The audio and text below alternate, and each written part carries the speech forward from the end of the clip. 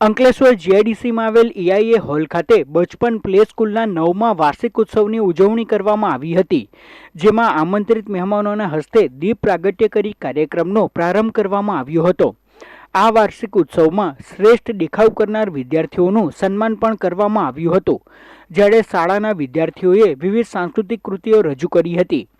આ કાર્યક્રમમાં અંકલેશ્વર ઉદ્યોગ મંડળના પ્રમુખ જસુ ચૌધરી, લાયન્સ ક્લબના મહેશ સબલપુરા, ઉપપ્રમુખ અલ્કેશ પટેલ, સ્કૂલના ટ્રસ્ટી મંડળના મોહિની ભટ્ટ, કિરીટ ભટ્ટ, વિમલ પાઠક, ગોપાલ શાહ, ગુમાનભાઈ પટેલ અને આમંત્રિતો તેમજ વાલીઓ તેમજ શાળા પરિવાર ઉપસ્થિત રહ્યો હતો।